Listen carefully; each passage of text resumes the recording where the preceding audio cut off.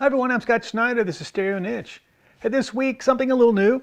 I was doing some research recently, and as I was doing that, I took notice of the advertising of the day.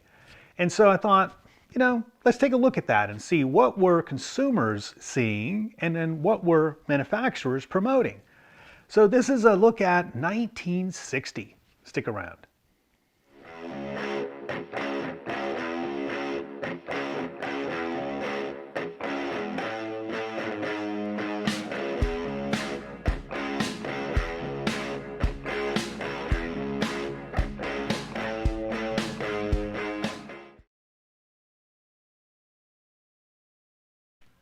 Well, let's kick off the turntables section with probably one of the most recognized brands in turntables. Been around obviously since 1960 and before, Thorens.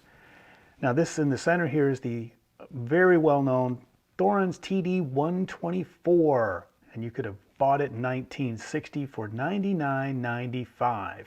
Sounds like a real bargain. On the bottom here, that's the entry-level model. That is the TDK-101, and you could have started at that with that one for $47.50. Now, both of these came without a tone arm, it seems. If you wanted a tone arm, you could have gone up to the more economical TD-134 for a whole $59.95. So this is what was going on in Thorens in 1960, so kind of appropriate to start off the turntable section with them.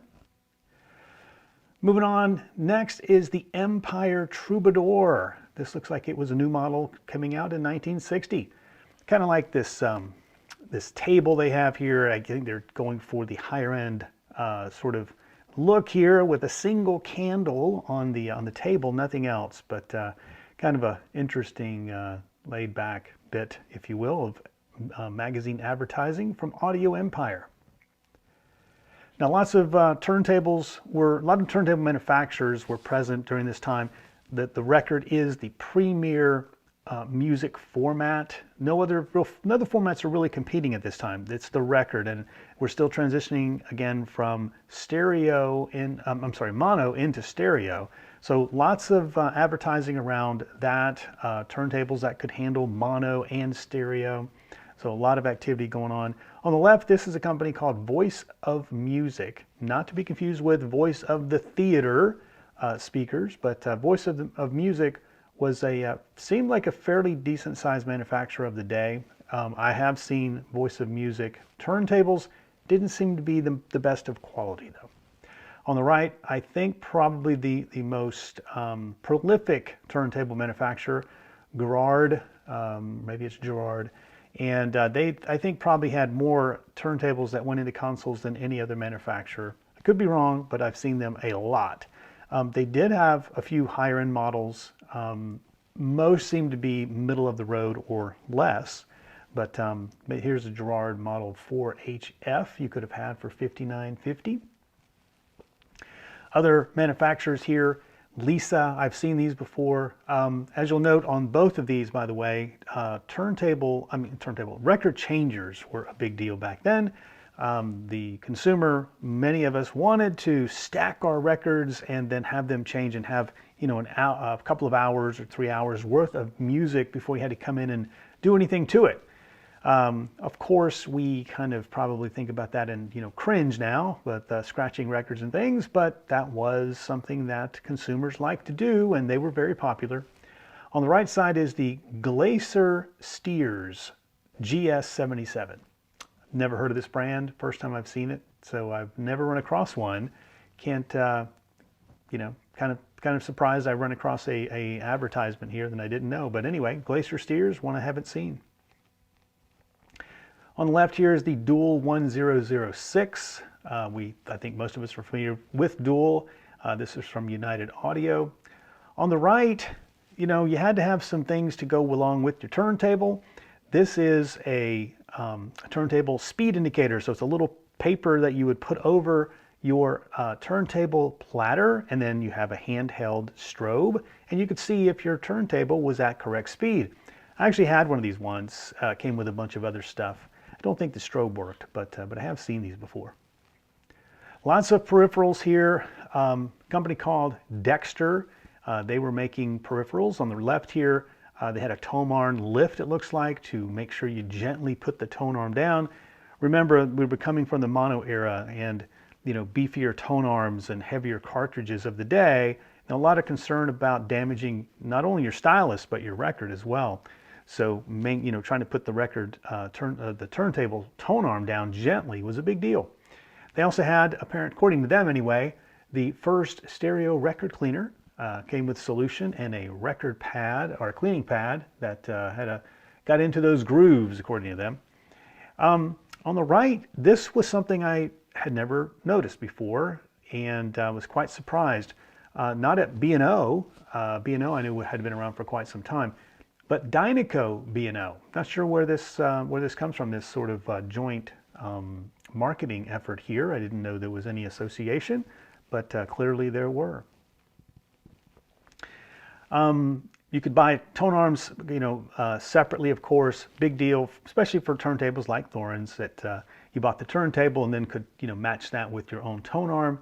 Here's a couple of tone arms from Shure. And then ESL. ESL was quite popular early on. That is Electrosonic Laboratories. These are all ESL advertisements. They made tone arms and cartridges. I have one of those cartridges, and they're pretty beefy back then. I'll see if I can get a comparison and show, but they're extremely large compared to the more modern cartridge. Other things were going on with turntables. Cartridges, cartridges, cartridges. So lots of manufacturers here. On the left, Electro Voice. In the middle, then you go to Sonotone had cartridges. Who knew Norelco had cartridges? I can't recall ever seeing that before. And then General Electric was getting in on the game. They had their own model and line of cartridges as well, the VR22.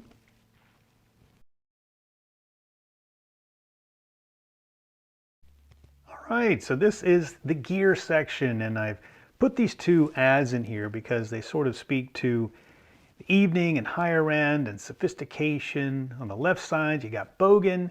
They're showing off their, trio of their gear here with, several guys in, suits, shirt, jacket, and ties, and talk about flexibility. He's beside himself over this Bogan money-saving trio. So, kind of, dark background.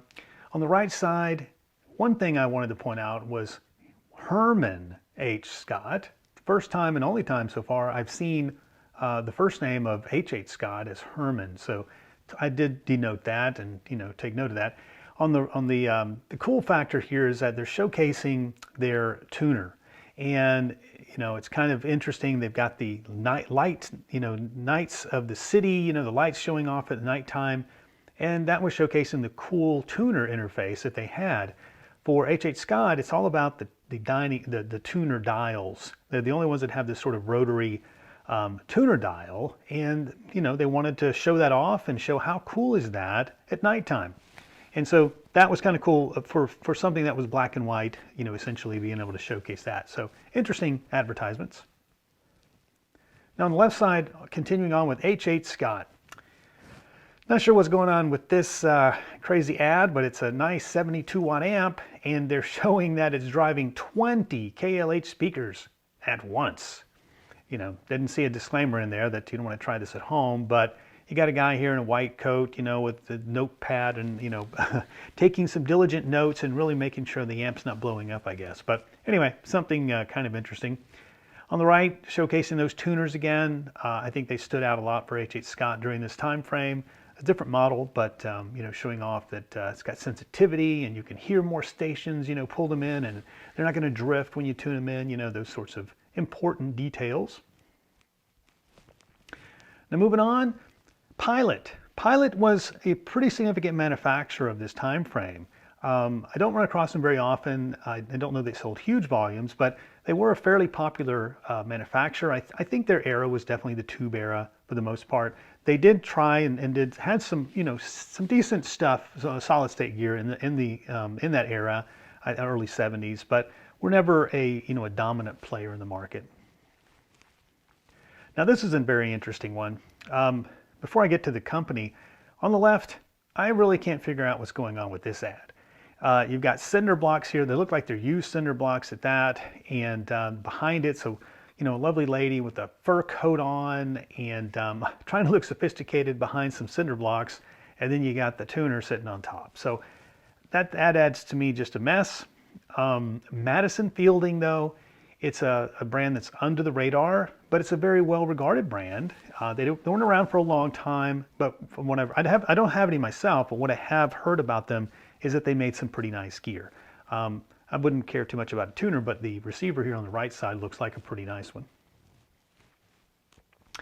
Now, Lafayette. Lafayette was a contemporary of Radio Shack, and so they have pretty much all electronics there, and you could go there and put together an entire stereo, and they were like Radio Shack. They would put their brand name on other manufacturers' products.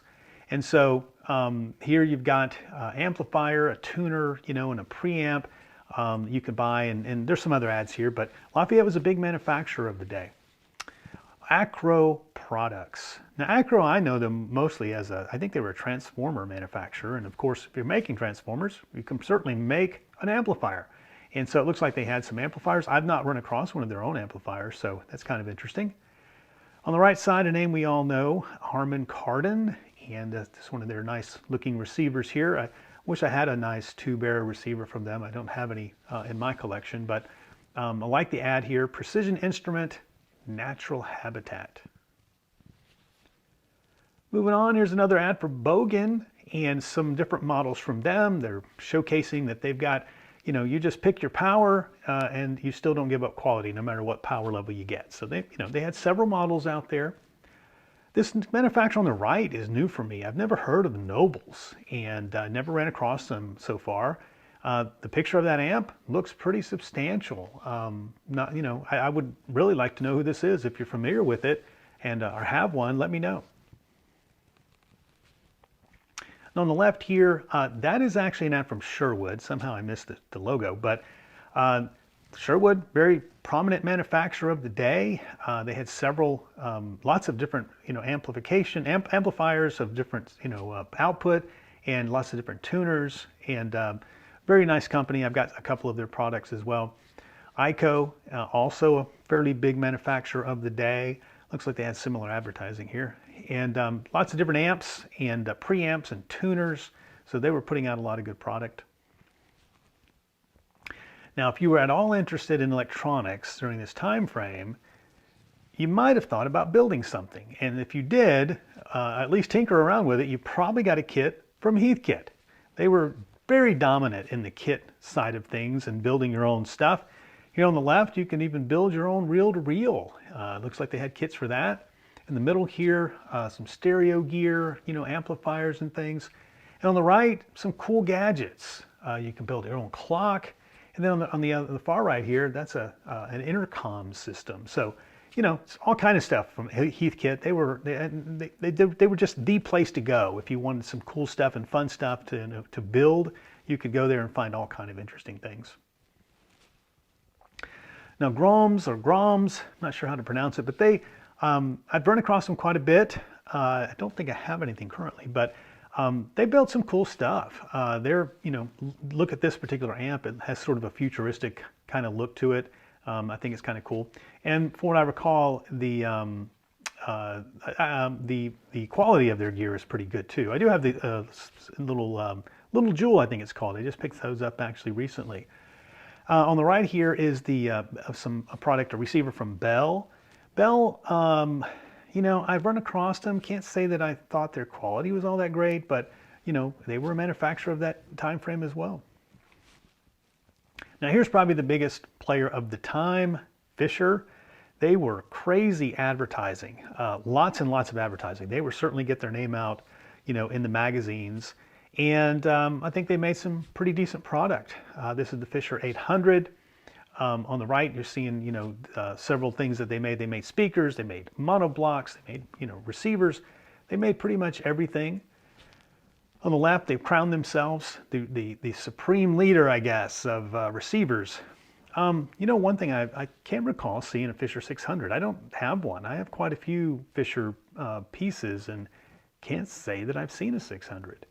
On the right here, it's the new Fisher X202 from 1960.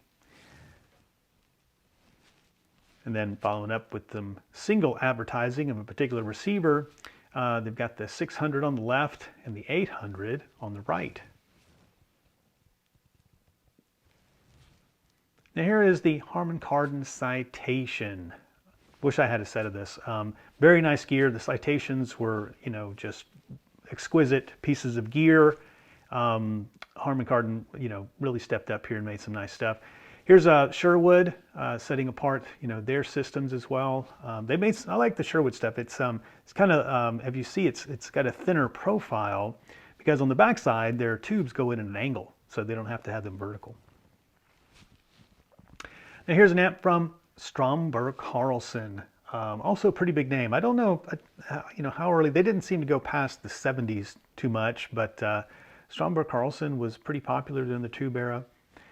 I must have liked this Harman Kardon advertisement. I see I put it in here again, but anyway, guess you can't get enough Harman Kardon.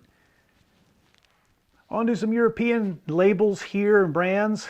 Leek made some really nice gear. If you haven't seen any Leek, it's their tube gear is just exemplary. They had point-to-point wiring, and when you look underneath, it's just a piece of art basically. So very nice high-end gear. It was tied to some an ad here with Wharfdale for some speakers. On the right side, General Electric. There's a lot going on in electronics and hi-fi, and they were trying to get their name out there for a period of time. On the left here, Webster Electric. Not to be confused with Western Electric. Quite a different company and quite a different bit of brand recognition. This almost kind of reminds me of, those white van companies who try to have a similar name. I'm sure that's not what was going on here, at least I hope not. But anyway, I've never heard of Webster Electric, and kind of interesting. They made some gear. If you're familiar with them, let me know. On the right here, Lafayette with some of their gear. They made the amplifiers, turntables, speakers. Again, you could go there and pretty much buy anything you wanted. Now here's the other thing you could do. You could build your own stereo. And because a lot of people were, into building their stuff, a lot of DIY was going on back then. So naturally, companies were putting out kits. So you could get a stereo kit from Paco, build your own tuner and an integrated amp. Knight, also a kit company. Knight made some pretty good products, but you could also buy the kit and put it together. Here's the one we probably know most, Dynaco. So the Dynakits were very popular. You could buy the kit, put it together, build your PAS2, and then get yourself an ST70. And over a weekend, you got some tunes here. If you could also get some speakers and get those built, be a pretty big weekend, but maybe. And on the right here, some of the other stuff. They had some mono blocks and the Mark IIIs, which I have. I have one. I need to get a single, I guess, from the mono era. But lots of great stuff from Dynaco, and still a lot of good support for them today. Maybe not. You may not have known this, but H.H. Scott also made kits, and I didn't see them as much. It seems like they sold most of their stuff pre-built, but I have run across a kit once. And on the right, I didn't know that Harman Kardon sold kits. First time I've actually run across this.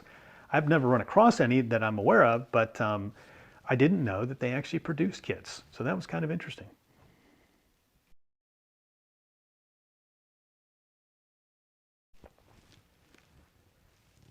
So the record was king. That was the format.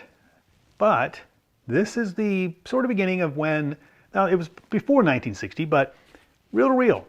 It was coming on, and consumers were, starting to get into making home recordings and, recording radio stations and things like that. So they knew it was possible, and so there was some advertising going on.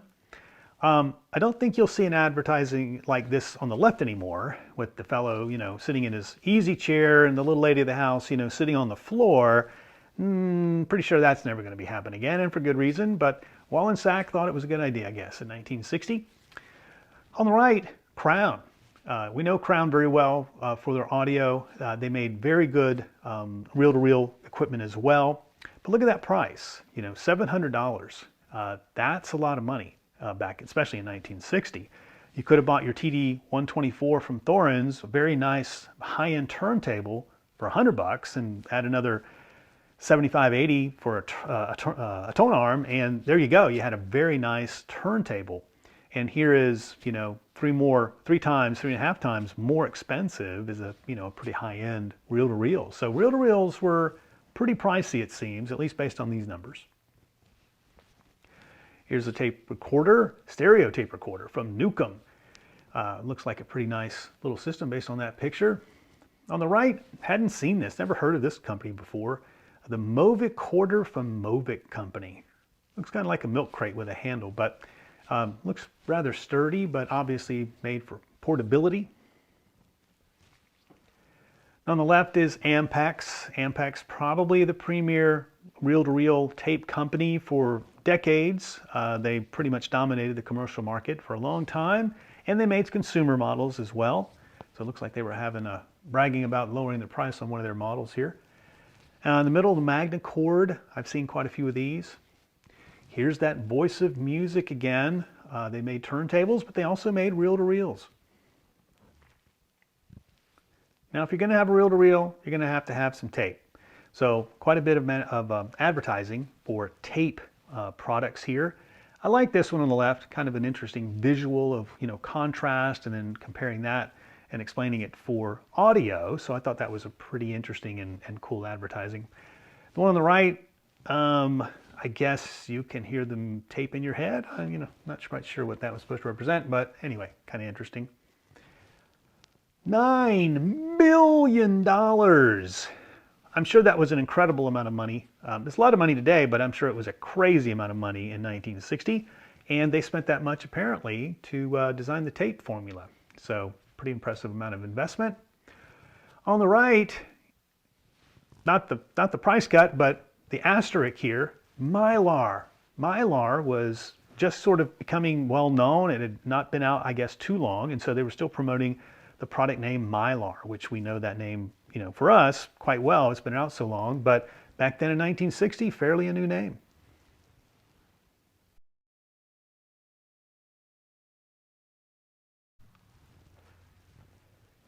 Speakers. So if we're going to talk about speakers, we need to talk about, I think, probably at that time frame, you know, one of the most dominant brands of the day, Altec. I thought this was a pretty cool ad. This actually was two ads in two separate pages. And they're advertising their duplex speakers, and rightfully so. So each speaker gets its own seat in the orchestra. So pretty cool. They were a very dominant force, this whole model line, and I thought it was some cool advertising.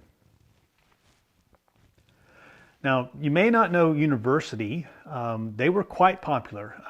I've run across a lot of University. Most of what I've run across are custom or home-built cabinets with the University drivers inside, but they had lots of their own end products as well. Rather large, you know, enclosures for most of them. I think they, you know, put them in a lot of console-type arrangements, but a very popular brand of the day. On the right here, this was new. I'd never seen this before. The Jensen Galaxy 2. That looks like sort of a subsat sort of setup there, and I didn't know anyone made that sort of configuration back then. Satellites are pretty cool. They got these interesting hangers. If you look at those drawings at the top there, you can almost see that today in like a surround sound home. I don't think it would be a surprise. You got them on the left up above the curtains, which we don't have much anymore, but and on the right side, got them on, looks like on the wall or something, around the fireplace. So pretty cool, kind of ahead of its time. And I'd love to find a set of these. I'm sure they're probably pretty rare, but I didn't know they existed. Now on the left here, it's Janzen electrostats. Pretty popular. I've run across them quite a bit. They were used in lots of different combinations. Here it looks like they're trying to promote a kit, and you kind of build your own maybe. Kind of an interesting hand-drawn ad, pretty unique. In the middle here, University again, promoting some of their products, and looks like, you know, they're showing off the drivers. So I think that was their market space, is selling the drivers and building your own cabinets. On the right here, Utah. Utah was, I think, kind of a lower end brand. They did have some higher end, you know, products, but I think they tried to serve the lower cost side of the equation. And I've they have some of their products or models had a gold bell on the backside, and so there's a thing about this era of speakers. A lot of times you'll run across these custom or home built DIY cabinets, and so when you do, you have no idea what's inside of it. It's like a lottery. And one time I bought some at a flea market or something, and they're very cheap. It was worth the gamble. So I get them home and start prying the back off, and I'm struggling with it. If you've done this before, the screws can strip and all these sorts of things happen. And but I had it open just enough where I could peek inside with the flashlight, and I saw the back bell was gold. And for a collector and a hobbyist, the first thing that goes in your mind is tannoy gold. And so I thought, maybe that's what it is. Well, finally was able to get the thing off, and of course it was a set of Utahs. So anyway, had a moment of excitement, only for a big letdown. So here we have what we most of us think about as far as the early era in the 1960s. AR is still gaining traction, right? They've been out for a couple of years. They've got a fairly broad product line here. They've shown the AR1, AR2, the AR2A, and the AR3. And pretty solid. That's the only advertisement, right? Low key, but I think they were through word of mouth, gaining traction.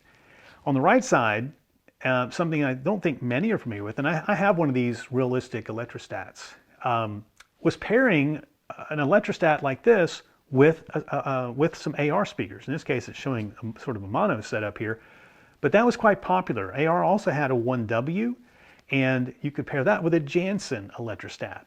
And I have a set of those as well. So it's kind of cool, some of the partnerships and some of the things that were going on with, stay in your lane, put out the good product, and then, but partner where it made sense. And it seems like that was something that a lot of companies were doing. Here's Electro Voice, the Wolverine line. Wolverine models were very good. They made some solid speakers. Their drivers here, these 15-inch, were pretty good, very well built. On the right, Ico, they made gear, but they also put out some speakers. Wouldn't put them in a high-level category of a dedicated speaker manufacturer, but they were out there promoting their product. On the left here, that's an Altec ad. They're promoting this preamp or an amplifier, but if you read it, it's really talking about you need the Altec tweeter, and so that's what they were kind of promoting. So I thought it was kind of funny. They're promoting the tweeter and their gear at the same time. On the right side, it's what I was mentioning earlier. Speaker manufacturers, a lot of them were selling the drivers. So this is a sort of a kit. It's the KT33 three-way speaker system kit. Your woofer, your tweeter, your mid-range, all that, and your crossover was all there. And they would give you the instructions and sort of what they're showing here of what to build, how to build the cabinet. So you'd buy your driver set, run home, and then get your plans out and start, building your kit and build your speakers. So quite a cool, very different era.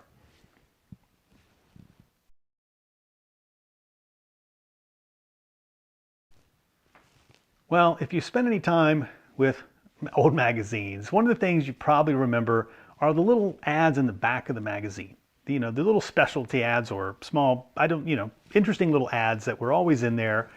That were just kind of unique, and you discover them. And so that's what this section is. It's the cool stuff that I thought would point out. But one of the things I didn't see much of were FM antennas. I thought with the advent of stereo and FM radio, and just the fact that just about every stereo had a tuner, that there would have been more advertising for antennas, but I actually didn't see it. This was the only one I ran across. So kind of interesting for me. Apparatus development, if you need to be able to pick up those stations, get one of their antennas and hook it up. The next one over, Celicron.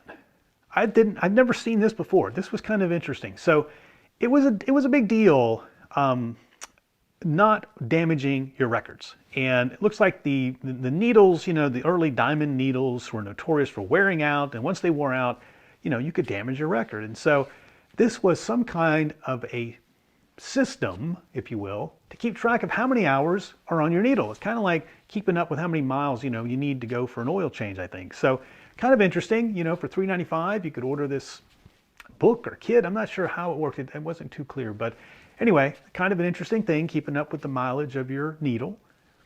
On the right side, just one of many, building a stereo, not building it physically, but putting it together.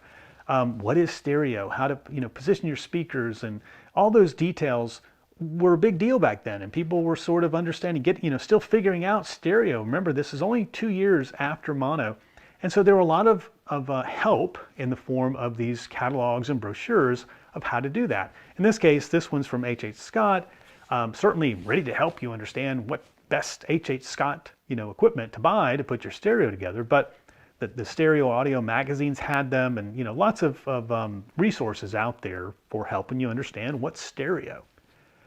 And of course, when you're going to build all that together, on the left here, on the bottom left, if you get records, you're going to need a place to put them. So you're going to get the Amazing Rack, right? You're going to have to take care of your records, and the Amazing Rack is going to help you do that. Next to that, RCA Victor's promoting some records.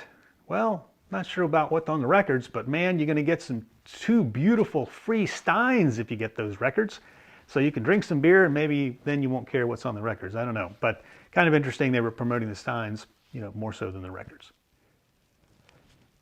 So moving on the top left, back to setting up that stereo. If you're going to set up stereo, you need to have some way to understand if is it in stereo the right way, if you set it up the right way. And to do that, you needed a test record. Well, you could get this test record at the electronics parts store, the hi-fi salon, which is a word we don't use other than a hair salon, but anyway, you could get it at the hi-fi salon or the record shops for a whole $1.59. And make sure you've set up your stereo correctly. Headphones, personal listening was coming back. It was popular early on before the tube era, but it was sort of coming back, I think, more, and you're starting to see advertisements for headphones, costs still around, making headphones and things. On the right here, the stereo fax, which I thought was interesting. It's not a fax machine, but this was if I can tell what's in this thing, it looks like it's just it's a little mini amp here that takes your mono signal and sends it to another speaker, and you've got dual mono, which they were calling stereo. But anyway, I thought it was kind of interesting here. Not sure how that was working, but anyway, you could go from mono to stereo with that little stereo fax. On the bottom section here, you're getting reel-to-reels. So you're going to have some way to input that sound and hear the human voice, and you can get yourself a microphone and record away. So microphones are, gaining some traction and getting more popular. One good way to get a consumer's attention is through humor. So I thought this was pretty cool. Some advertising essentially in the form of a comic from Jensen. And here on the left, the guy doesn't get eaten by the lion because, of course, he pulled the Jensen needle out of its paw. And on the right, you're missing your Jensen cartridge. Well, it's probably because Tommy, ate the cartridge and, got to go to the doctor and get an x-ray. But so probably a little bit more memorable back then, but one way to stick in a consumer's mind. And then lastly, this advertisement. I was interestingly surprised. This is a solid state amplifier or integrated amp from 1960. In my head, it really didn't come around solid state any gear until around 64 or so, but not true. So solid state gear apparently was starting to hit the market as early as 1960. So I learned something here myself when I started going through this.